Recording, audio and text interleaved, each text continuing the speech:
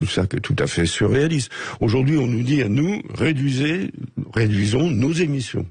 Alors qu'est-ce que ça représente, nos émissions, nous de la France? Bon, là aussi, vous trouverez jamais le chiffre dans les rapports du GIEC, mais c'est très simple. On sait que la quantité de CO2, le fameux CO2 qui est dans l'atmosphère, 3200 milliards de tonnes. Nous, on émet 160 millions de tonnes. Un 20 millième du CO2 qui est dans l'atmosphère. Vous dire la France émet un 20 millième du CO2. Et on nous dit que si on fait des efforts, on va changer le climat. On se moque de qui? Et alors, c'est pas seulement la France, même si vous prenez toute l'Union Européenne, toute l'Europe, c'est plus un 20 millième, c'est 10 fois plus, un 2 millième.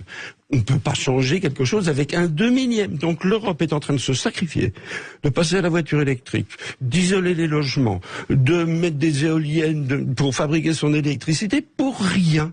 C'est quelque chose d'incroyable. Mais ce rapprochement-là, vous ne le trouverez jamais dans les rapports du GIEC. Et vous avez vu, juste, c'est une incidence, mais enfin c'est pas une incidence pour des millions de gens, vous avez vu que si vous répondez pas à telle norme, G, PE, etc., vous ne pourrez plus louer. Si vous êtes propriétaire. Ah ben voilà, c'est très bien parce qu'on aura des passoires thermiques. Voilà. Alors voilà, on a trouvé parce qu'ils sont très très forts en langage, en vocabulaire. Passoire thermique. Oh non, on en a un chien. Et donc si vous avez un logement passoire thermique, vous pourrez plus le louer. Mais c'est pas demain, ça commence aujourd'hui. Et puis vous pourrez pas demain acheter une voiture à essence ou à diesel. Vous serez obligé d'avoir une voiture électrique.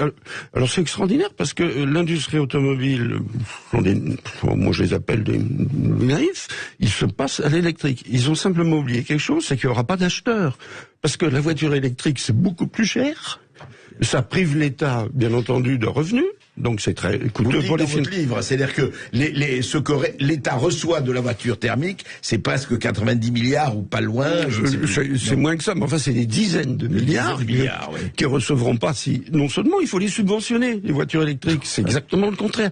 Et puis, il y a un défaut rédhibitoire de la voiture électrique, c'est que les jours de grand départ sur autoroute, on peut pas les recharger. Et ça, c'est pas moi qui le dis, c'est Elon Musk. Alors ça, c'est extraordinaire.